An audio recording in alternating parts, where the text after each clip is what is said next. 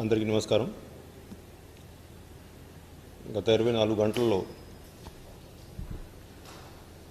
రాష్ట్ర వ్యాప్తంగా 87,756 samples test చేయడం జరిగింది.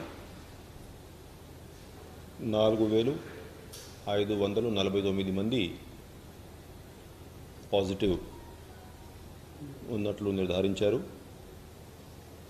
రాష్ట్ర వ్యాప్తంగా పాజిటివిటీ రేటు 5.18. 59 మంది కోవిడ్ వల్ల మరణించడం జరిగింది.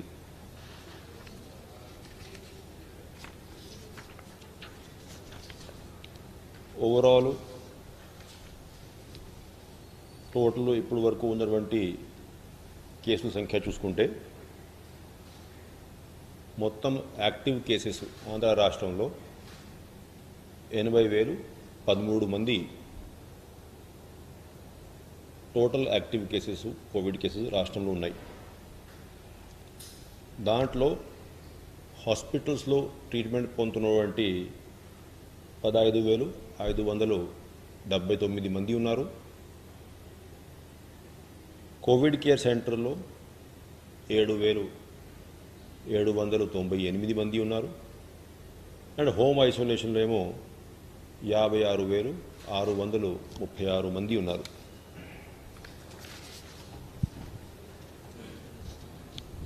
ఇంకా availability of beds, ICU beds, oxygen beds చూసుకుంటే టోటల్ ఇప్పుడు అంతకుముందు పీక్లో ఉన్నప్పుడు 625 వరకు హాస్పిటల్స్ దాంట్లో కోవిడ్ పేషెంట్స్ ట్రీట్మెంట్ తీసుకుండగా ఇవాళ 449 హాస్పిటల్స్ ఇంకా కోవిడ్ ట్రీట్మెంట్ కోసం రిజిస్టర్ అయి ఉన్నాయి. దీంట్లో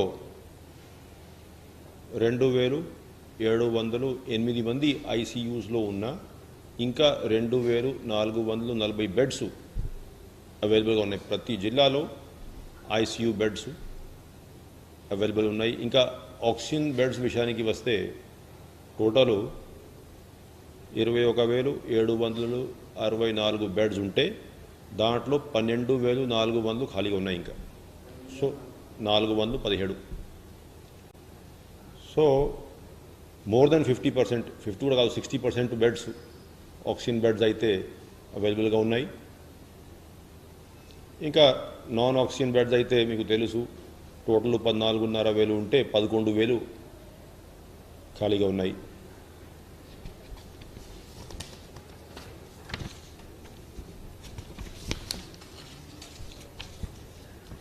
మొన్న నేను చెప్పే విధంగా ఆక్సిజన్ ఇవాళ కూడా 590 అలాట్మెంట్ ఉన్న 370 టన్స్ డ్రా చేసుకున్నాం వివిధ స్టీల్ ప్లాంట్స్ నుంచి. ఏదైతే ఇందాక చెప్పాను 56,600 మంది హోమ్ ఐసోలేషన్లో ఉన్నారు. దాంట్లో గత 24 గంటల్లో 14,362 మంది పేషెంట్స్కి 104 కాల్ సెంటర్లో ఏదైతే అవుట్ గోయింగ్ కాల్స్ చేసేటువంటి సిస్టమ్ మనము ఫస్ట్ మే ప్రవేశపెట్టాం. వాళ్ళు కాల్ చేయడం జరిగింది. ఇన్కమింగ్ కాల్స్ 104 కాల్ సెంటర్లో గత 24 గంటల్లో 2,461 కాల్స్ వచ్చాయి. ఈ 2,400 కాల్స్లో కూడా 1,632 కాల్స్ ఇన్ఫర్మేషన్ కాల్స్. అంటే హాస్పిటల్ అడ్మిషన్ కోసం కానీ, టెస్ట్ రిజల్ట్స్ కోసం కానీ, కొత్త టెస్టుల కోసం కానీ కాల్ సంఖ్య చాలా తగ్గింది గత ఒక 3-4 రోజుల్లో. అయితే ఇప్పుడు వరకు ఓవరాల్ మనం చూసుకుంటే ఈ 104 కాల్ సెంటరు 16 ఏప్రిల్ రినోవేట్ చేసి మనం రివైవ్ చేసి ఎక్కువ మంది ఎగ్జిక్యూటివ్స్ని పెట్టుకొని ప్రారంభించుకున్నాం. అంటే ఆ రోజుకి ఎప్పుడైతే కోవిడ్ కొంచెం తీవ్రత పెరిగిందో ఈ 104 కాల్ సెంటర్స్ స్ట్రెంథన్ చేసుకొని మనం పత్రికల్లో యాడ్స్ ఇవన్నీ ఇచ్చి ఏదైనా కోవిడ్ రిలేటెడ్ ఇబ్బంది అయినా 104 కాల్ సెంటర్కి కాల్ చేయండి అనేది మనం ఎప్పుడైతే పిలుపు ఇచ్చామో ఆ రోజు నుంచి కాల్ సంఖ్య రోజువారీగా పెరుగుతూ పోయి చివరికి హైయెస్ట్ మోర్ దెన్ 19,000 కాల్స్ మీకు తెలుసు ఒకరోజు వచ్చి ఉన్నాయి. అప్పటికి స్లోగా మళ్ళీ కాల్స్ తగ్గాయి. ఓవరాల్ 16 ఏప్రిల్ నుంచి ఇప్పుడు వరకు ఈ 2 నెలల్లో ఇవాళ టోటల్ ఇన్కమింగ్ కాల్స్ 5 లక్షలు దాటింది. అంటే all put together incoming calls ఇవాళ 5,02,813 టోటల్ కాల్స్. గత 2 నెలల్లో 16th ఏప్రిల్ నుంచి ఎప్పుడైతే మనం ఈ 104 కాల్ సెంటర్ని రివైవ్ చేసుకున్నాం. సో 5 లక్షలేమో ఇన్కమింగ్ కాల్స్, 6.5 లక్షలేమో అవుట్ గోయింగ్ కాల్స్. అంటే గత 2 నెలల్లో 11.5 లక్షలు కాల్స్, 5 లక్షలు ఇన్కమింగ్, 6.5 లక్షలు అవుట్ గోయింగ్, 11.5 లక్షలు కాల్స్ అటెండ్ అయ్యి ఈ కోవిడ్ సంబంధించినటువంటి సరైనటువంటి స్టెప్స్ తీసుకోవడము, గైడెన్స్ ఇవ్వడము, హాస్పిటల్స్లో అడ్మిషన్ ఇప్పించుకోవడము, హోమ్ ఐసోలేషన్ కిట్స్ ఇవ్వడము, ఆరోగ్య పరిస్థితి తెలుసుకొని దానికి కావాల్సిన గైడెన్స్ ఇవ్వడము, ఇవంతా కూడా మానిటరింగ్ చేయడానికి 11.5 lakh calls have been attended in last 2 months.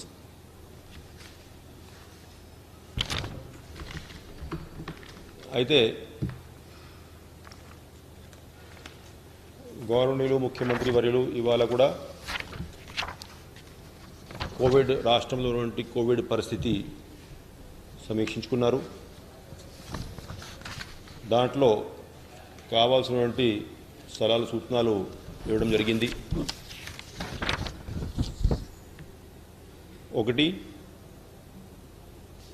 ఈ మెడికల్ డిపార్ట్మెంట్లో పనిచేస్తున్నటువంటి employees, doctors, staff nurses, FNOs, MNOs, other staff ఎవరైతే రెగ్యులర్ ఎంప్లాయీసు చనిపోయారో కోవిడ్ వల్ల వాళ్ళకి ఎక్స్ గ్రేషియా ఇవ్వాలనేది ఏదైతే నిర్ణయం తీసుకున్నారో దాని తాలూకా ఇవాళ మనం ఆ జియో ఇవ్వడం జరిగింది. వివిధ కేటగిరీని బట్టి డాక్టర్ది అయితే 25 లక్షలు, స్టాఫ్ నర్సెస్ అయితే 20 లక్షలు, ఎఫ్ఎన్ఓస్, ఎంఎన్ఓస్ అయితే 15 లక్షలు, అట్లా కేటగిరీ వైజ్గా ఈ అన్ఫార్చునేట్ డెత్ కేసెస్లో వారి కుటుంబ సభ్యులకి ఈ ఎక్స్ గ్రేషియా అనేది గవర్నర్ ముఖ్యమంత్రి వర్యులు ప్రకటించారు. ఈ ఎక్స్ గ్రేషియా అయితే మనం ఇస్తున్నాం అది ఏదైతే గవర్నమెంట్ ఆఫ్ ఇండియా ఇన్సూరెన్స్ పథకంలో అర్హత ఉంది, ఈ ప్రధానమంత్రి గరీబ్ కళ్యాణ్ ప్యాకేజ్ కింద ఏదైతే ఇన్సూరెన్స్ పథకంలో వాళ్ళకి ఇన్సూరెన్స్ అమౌంట్ కూడా 50 లక్షలు ఎంత వస్తూ ఉంది, అది కాక ఇది అడిషనల్గా స్టేట్ గవర్నమెంట్ ఇచ్చేటువంటి ఎక్స్ గ్రేషియా. సో అంటే వాళ్ళకి ఇన్సూరెన్స్ అమలు అయింది కదా అటువంటి వాళ్ళకి మళ్ళీ రాదనేది కాదు. ఇన్సూరెన్స్ ఎంటైటిల్మెంట్ ఉన్నా ఏది ఉన్నా ఏ ఎక్స్ట్రా ప్యాకేజ్ వాళ్ళకి వస్తూ ఉన్నా కూడా ఇది స్టేట్ గవర్నమెంట్ ఇస్తున్నటువంటి ఎక్స్ గ్రేషియా. ఇది over and above any such package insurance ఇవన్నీ.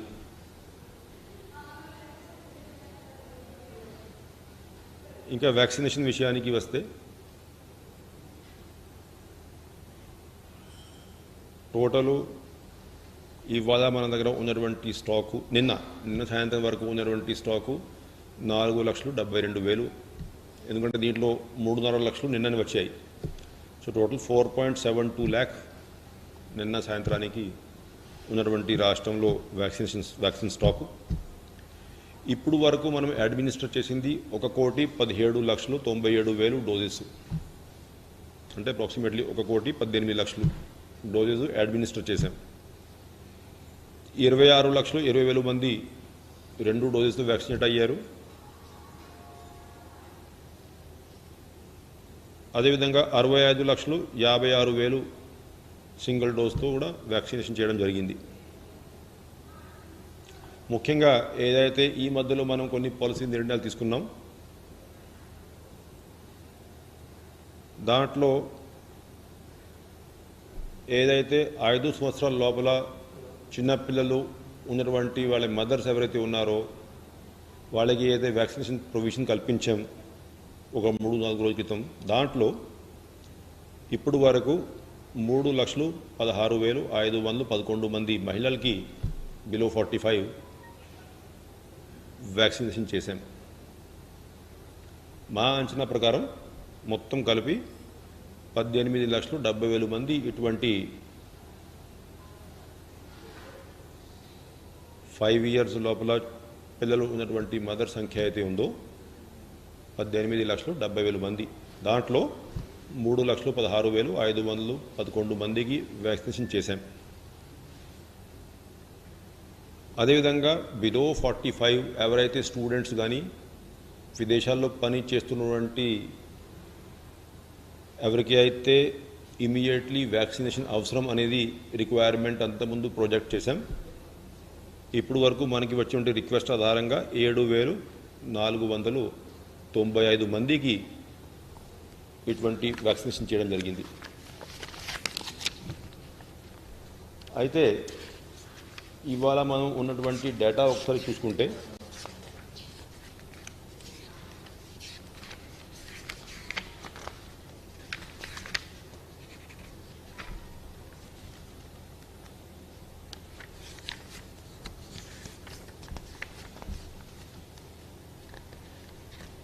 టోటల్ ఆరోగ్యశ్రీ కవరేజ్ హాస్పిటల్స్లో ఉన్నటువంటి పేషెంట్స్ రాష్ట్ర వ్యాప్తంగా ఇవాళ 16,112 మందిలో 14,359 మంది అంటే 89.12% ఆరోగ్యశ్రీ పథకంలో ట్రీట్మెంట్ తీసుకుంటా ఉన్నారు, ఫ్రీ ట్రీట్మెంట్. అదే ప్రైవేట్ సెక్టర్ హాస్పిటల్ చూసుకున్నట్లయితే 6,062 మంది టోటల్ ట్రీట్మెంట్ ఇస్తూ ఉండగా 4,309 మంది అంటే 71% ప్రైవేట్ హాస్పిటల్లో కూడా ఉన్నటువంటి కేసెస్ ఆరోగ్యశ్రీ కింద కవర్ అయ్యారు. బ్రహ్మాండంగా పెరిగింది ఆరోగ్యశ్రీ కింద ఉన్నటువంటి కవరేజ్. అదేవిధంగా ఇంకా మనం సెక్రటేరియట్ వైజ్ అనాలిసిస్ చేసుకుంటే దాదాపు టోటల్ 15,000 రఫ్లీ సెక్రటేరియట్స్ మన దగ్గర ఉన్నాయి, rural area urban area put together. దాంట్లో 3,540 సెక్రటేరియట్స్లో ఒక్క కేసు కూడా ఇవాళ యాక్టివ్ కోవిడ్ కేసు లేదు. 3,540 సెక్రటేరియట్ పరిధుల్లో 0 కేసెస్. అంటే ఈ ఫిగర్లు ఎందుకు చెప్తున్నా అంటే కేసు సంఖ్య ఏ విధంగా తగ్గాయి, ఎంతవరకు రాష్ట్రంలో ఇప్పుడు.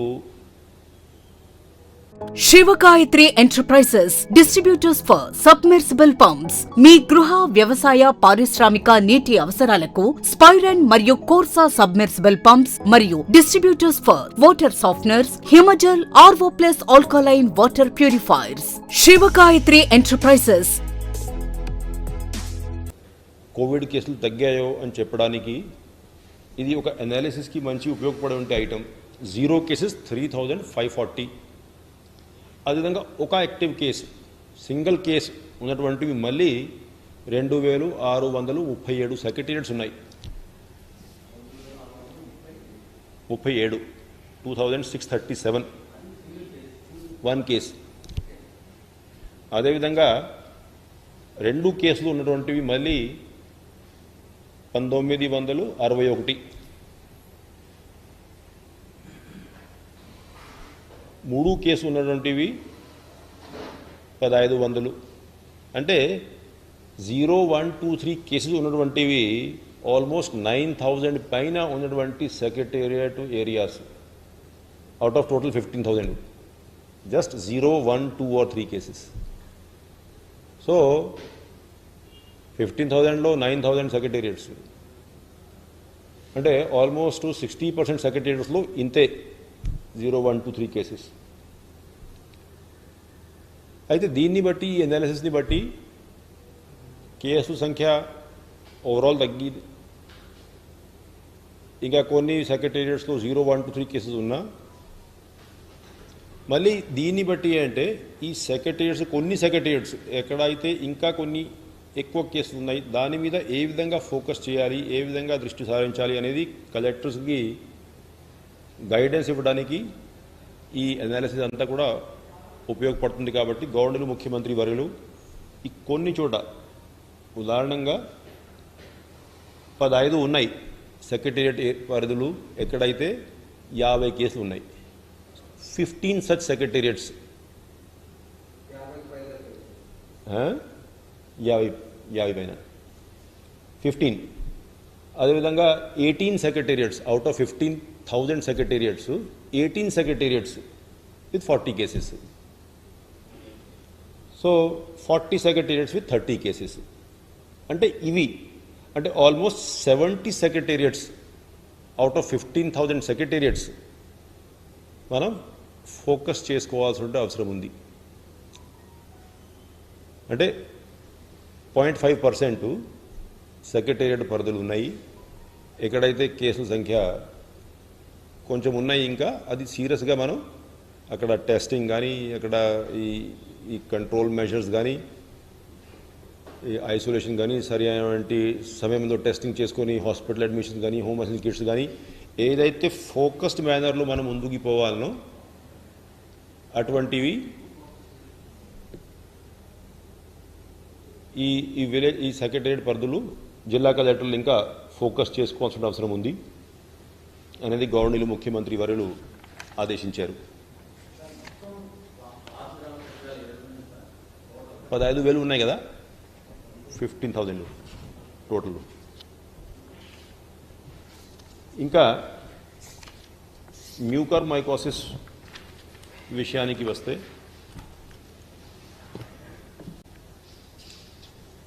నిన్నటి వరకు ఉన్నటువంటి ఇన్ఫర్మేషను టోటల్ 2,303 కేసెస్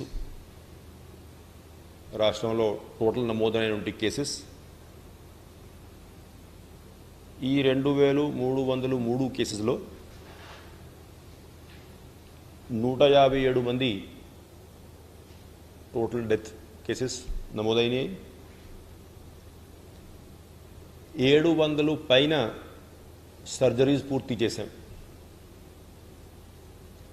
మ్యూకర్మైకోసిస్ కేసులో ఉండే సర్జరీస్.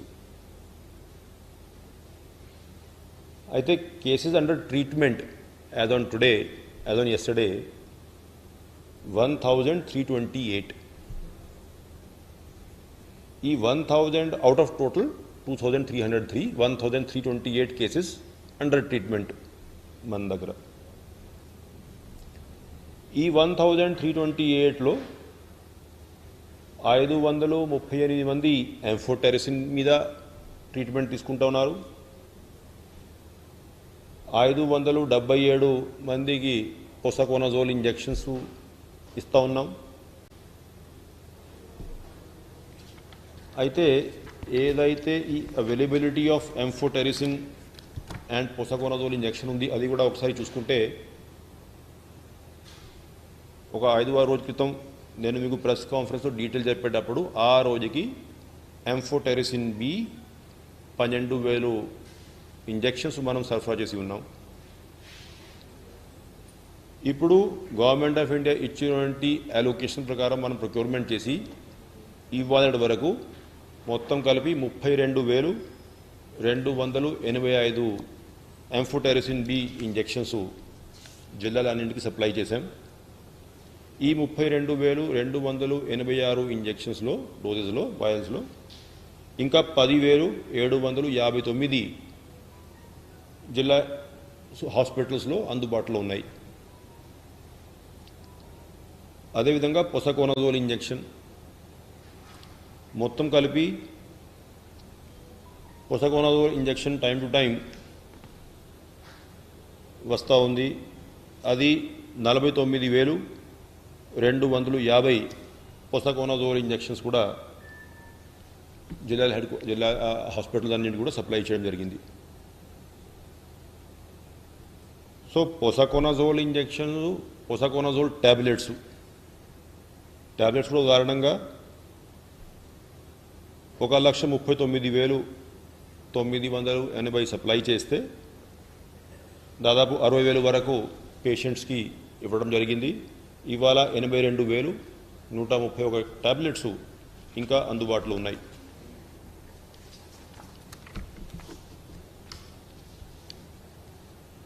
సో అట్లా ఈ ఎంఫోటెరిసిన్ బి ఇంజెక్షన్ ఇంకా కొంత గవర్నమెంట్ ఆఫ్ ఇండియా అలోకేషన్ మీద ఆధారపడి ఉంటుంది కాబట్టి ఇంకా కొంత సప్లై చేసుకోవాల్సిన అవసరం ఉంది. పొసకోనజోల్ ఇంజెక్షన్ అండ్ టాబ్లెట్స్ వరకు ప్రతి జిల్లాలో ప్రతి హాస్పిటల్లో పొజిషన్ ఇప్పుడు బాగా కంఫర్టబుల్గా ఉన్నట్లు రిపోర్ట్స్ వస్తూ ఉన్నాయి. ఇంకా గవర్నర్ ముఖ్యమంత్రి వర్యులు రివ్యూ మీటింగ్ పెట్టుకున్నప్పుడు ప్రతి ఒక్క టీచింగ్ హాస్పిటల్లో ఈ ఎక్స్ట్రా ఏదైతే పీడియాట్రిక్ కేర్ కోసం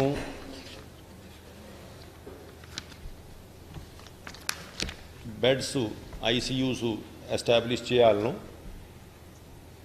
దాని మీద కూడా డీటెయిల్డ్గా ప్రజెంటేషన్ ఇవ్వడం జరిగింది. ఇప్పుడు వరకు ఉన్నటువంటి టీచింగ్ హాస్పిటల్ అన్నింటిలో ఇప్పుడు వరకు ఉన్నటువంటి pediatric bed strength, ICU bed strength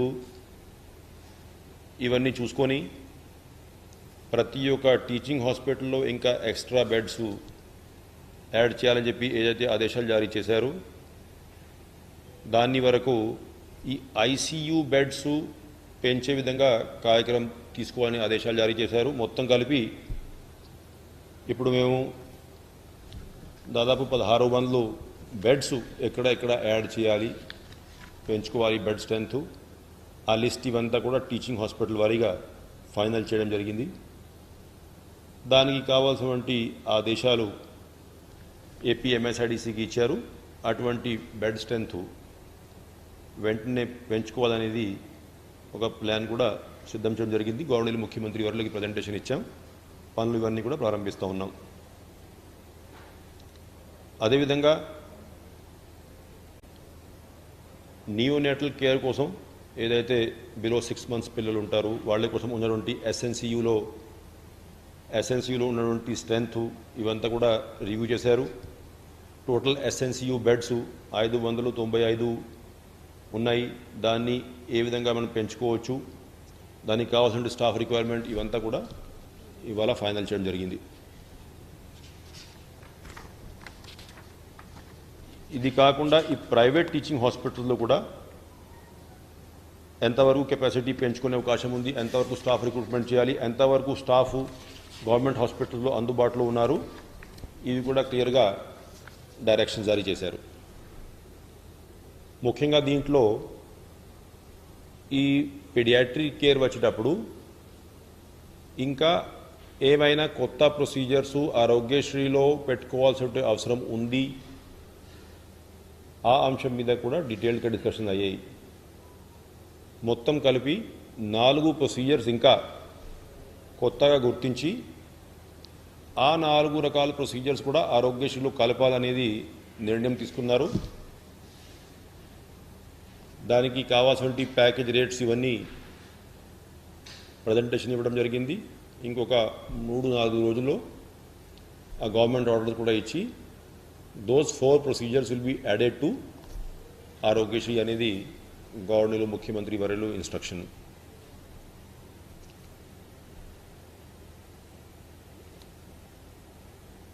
ఏదైతే అంతకుముందు మనం ప్రతి ఒక్క జిల్లాల్లో ప్రతి ఒక్క మున్సిపల్ కార్పొరేషన్ పరిధిలో super speciality, multi speciality hospitals government land కేటాయించి రఫ్లీ ఒక 5 ఎకరాల వరకు ఒక్కొక్క హాస్పిటల్కి కేటాయించి ఈ టెర్షరీ కేరు, ఈ సూపర్ స్పెషాలిటీ కేరు, ఈ మల్టీ స్పెషాలిటీ కేరు హాస్పిటల్స్ ఏదైతే ఆంధ్ర రాష్ట్రంలో బైఫర్కేషన్ అయ్యాక టియర్ 1 సిటీస్ లేవు కాబట్టి ఆ హాస్పిటల్స్ లేవు అనే ఉద్దేశంతో ఏదైతే పాలసీ నేను మీకు అంతకుముందు తెలియజేశాను దాని మీద కూడా ఇప్పుడు వరకు ఉన్నటువంటి ప్రోగ్రెస్ సమీక్షించారు. ల్యాండ్స్ ఎక్కడెక్కడ గుర్తించాం అంటే ఇప్పటికే ఆ 16 కార్పొరేషన్స్లో దాదాపు 11-12 లొకేషన్స్ రఫ్లీ ఐడెంటిఫై చేశారు కలెక్టర్స్. ఇంకా దాని మీద గైడెన్స్ ఇచ్చి ఈ మల్టీ స్పెషాలిటీ హాస్పిటల్ అయితే ఏ విధంగా ఇన్ఫ్రాస్ట్రక్చర్ ఉండాలి, ఏ విధంగా ఎంతవరకు యూనిట్ కాస్ట్ ఉండాలి మినిమము, సూపర్ స్పెషాలిటీ అయితే ఏ విధంగా ఫెసిలిటీస్ ఉండాలి, ఏ విధంగా ఎక్స్పెండిచర్ ఉండాలి అనేది ఇవాళ దాని మీద గైడెన్స్ ఇచ్చి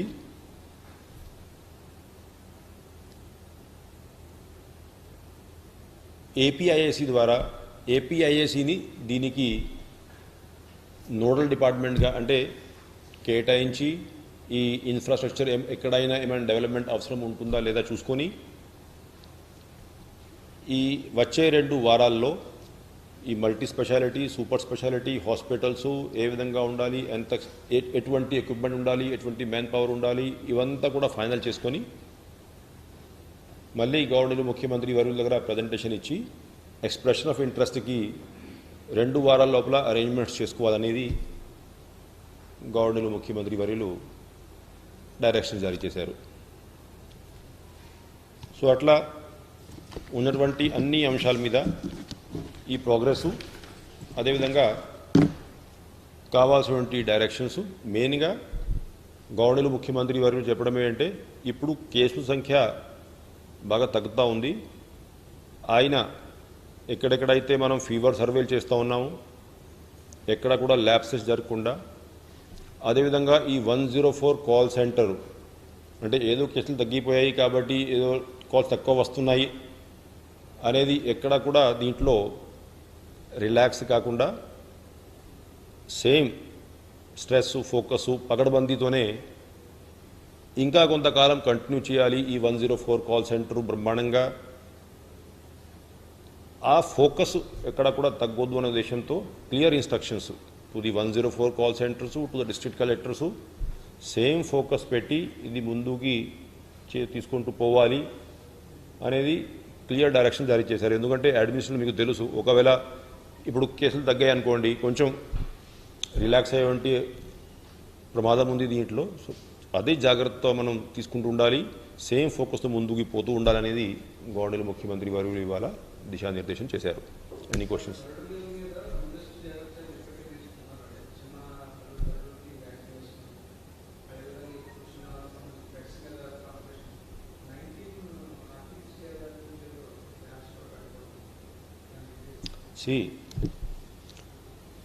అంతకుముందు మీకు తెలుసు ఈ ఆర్టీపీసీఆర్ ల్యాబ్స్ కొన్ని లొకేషన్ ఫస్ట్ మనకి ఈ కోవిడ్ ప్రారంభించేటప్పటికి అసలు ఆర్టీపీసీఆర్ కెపాసిటీ అనేది రాష్ట్రంలో లేదు.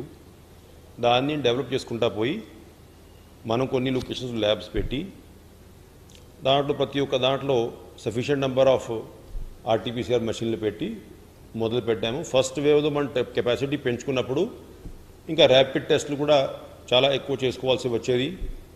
ఎందుకంటే ఈ ఆర్టీపీసీఆర్ కెపాసిటీ స్లోగా పెంచుకుంటూ పోయినాం. అయితే రాను రాను మనం ఒక నిర్ణయం తీసుకున్నాం డిసెంబర్ ఆ ప్రాంతంలో రాష్ట్రంలో ఓన్లీ ఆర్టీపీసీఆర్ టెస్ట్లే చేయాలి వీలైనంత వరకు. అంటే జనవరి ఫిబ్రవరి మార్చ్ ఏప్రిల్ వరకు మనం ఆర్టీపీసీఆర్ మీద ఆధారపడి ఉన్నాం. కానీ మేలో కేసుల సంఖ్య చాలా ఎక్కువ పెరిగేసరికి ఇవాళ మన ఆర్టీపీసీఆర్ కెపాసిటీ దాదాపు 70,000-75,000 టెస్ట్ వరకు ఆర్టీపీసీఆర్ చేసుకోవచ్చు. అంతకంటే ఎక్కువ టెస్టులు చేయాలంటే అవసరం ఉన్నప్పుడు ఇంకా మనం ఆర్టీపీసీఆర్ కాకుండా ఈ ర్యాపిడ్ టెస్ట్ ఇవన్నీ కూడా చేసుకోవాల్సిన అవసరం పడుతుంది. ఇంకొకటి ఏంటి దీంట్లో మీరు కూడా గమనించి ఉంటారు, ఈ ఆర్టీపీసీఆర్ ల్యాబ్స్ జిల్లాకి 1-6 లొకేషన్లో ఫోకస్ అయ్యేసరికి ఈ ఇంత పెద్ద జిల్లాల నుంచి ఈ శాంపిల్స్ కలెక్ట్ చేసి తీసుకురావడంలో కొంచెం టైం పడుతుంది. కాబట్టి అంతకుముందు పీక్లో 2 రోజులు 3 రోజులు కూడా టైం పట్టింది ఈ టెస్ట్ రిజల్ట్స్ ఇవ్వడానికి. ఎందుకంటే దాంట్లో ఒక రోజు అయితే ట్రాన్స్పోర్టేషన్కి సరిపోతూ ఉంది శాంపిల్స్. అటువంటి పరిస్థితుల్లో ఆ హెడ్ క్వార్టర్ని కాకుండా ఇంకా ఆ ల్యాబ్ నుంచి కొంచెం దూరంగా ఉన్నటువంటి ఇంకొక సరైన లొకేషన్ చూసుకొని, సరైనటువంటి హాస్పిటల్ ఫెసిలిటీ చూసుకొని ఆ లొకేషన్లో మనం ఆర్టీపీసీఆర్ ల్యాబ్ పెట్టుకున్నట్లయితే ఆ ఏరియాలో ఉన్నటువంటి శాంపిల్స్కి ఉపయోగపడుతుంది. ఒకటి, టోటల్ ఓవరాల్ కెపాసిటీ పెరుగుతుంది. రెండోది, డీసెంట్రలైజ్ అయ్యేటప్పటికి time taken to transport the sample కూడా తగ్గుతుంది అనే ఉద్దేశంతో 19 లొకేషన్స్ జిల్లా కలెక్టర్లు గుర్తించారు. ఆ 19 లొకేషన్స్కి కావాల్సినటువంటి ప్రొక్యూర్మెంట్, అంటే ఈ ఆర్టీపీసీఆర్ మెషిన్లే కాకుండా ఇంకా అక్కడ కావాల్సినటువంటి సివిల్ వర్క్స్, మిగతా works, government of India norms ఏవైతే ఉన్నాయో ఆ నామ్స్ని బట్టి అక్కడ ఈ ఆర్టీపీసీఆర్ ల్యాబ్ పెట్టడానికి శాంక్షన్స్ ఇచ్చాం. కమాండ్ కంట్రోల్ మీటింగ్స్లో పనులు, కొన్ని మెషిన్స్ వచ్చి ఉన్నాయి, సివిల్ వర్క్స్ కొన్ని పూర్తి అయినాయి, కొన్ని జరుగుతూ ఉన్నాయి. అంటే విదిన్ నెక్స్ట్ 1 month ఈ ఆర్టీపీసీఆర్ మెషిన్లు కూడా ఇన్స్టాల్ చేసి ఫుల్ కెపాసిటీ పెంచే విధంగా ప్లాన్ రెడీ చేయడం జరిగింది, ఎగ్జిక్యూషన్లో ఉంది. దీనికి ముఖ్యమైన కారణం ఏంటంటే, ఒకవేళ మళ్ళీ కేసు సంఖ్య పెరిగితే వీలైనంత వరకు మనం ఆర్టీపీసీఆర్ మీదనే ఆధారపడాలి. అంటే gold standard of Covid testing RTPCR కాబట్టి, so that dependence on the rapid test తగ్గించాలనేది లాంగ్ టర్మ్ ఉద్దేశం. వీలైనంత వరకు ఆర్టీపీసీఆర్ టెస్ట్ మీద ఆధారపడితే టెస్టింగ్ అక్యురసీ ఎక్కువ ఉంటుందనే ఉద్దేశంతో మనం ఆ ప్లాన్తో ముందుకు వెళ్తా ఉన్నాం. ఆ ఎస్టిమేట్స్ ఇప్పుడు నా దగ్గర లేవు, నేను రేపు ప్రెస్ కాన్ఫరెన్స్ పెట్టేటప్పుడు తీసుకువస్తాను financial details. But total number of labs being installed is 19.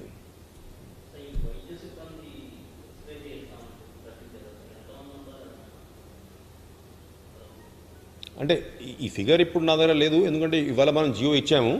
ఇప్పుడు రేపు ఎల్లుండి ఆ డేటా అంతా కూడా కంపైల్ చేసుకుంటే బహుశా ఎల్లుండి వరకు నేను ప్రెస్ కాన్ఫరెన్స్ పెట్టే సమయానికి ఈ ఇన్ఫర్మేషన్ వస్తాను. Okay, thank you. కన్స్ట్రక్షన్ రంగాలలో దశాబ్దపు అనుభవంతో కస్టమర్ల మరియు శ్రేయోభిలాషుల మన్ననలను, నమ్మకాన్ని గెలుపొందిన సంస్థ విఆర్ఆర్ కన్స్ట్రక్షన్స్. నాణ్యతకు, నమ్మకానికి మారుపేరు VRR constructions.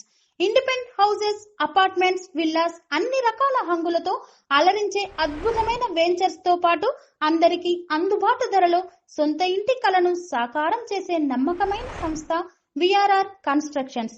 Please visit VRR constructions, వరటెక్స్ plaza near Radhika theatre, ECL X Road, Hyderabad. Call to 910088555512, 9100885555.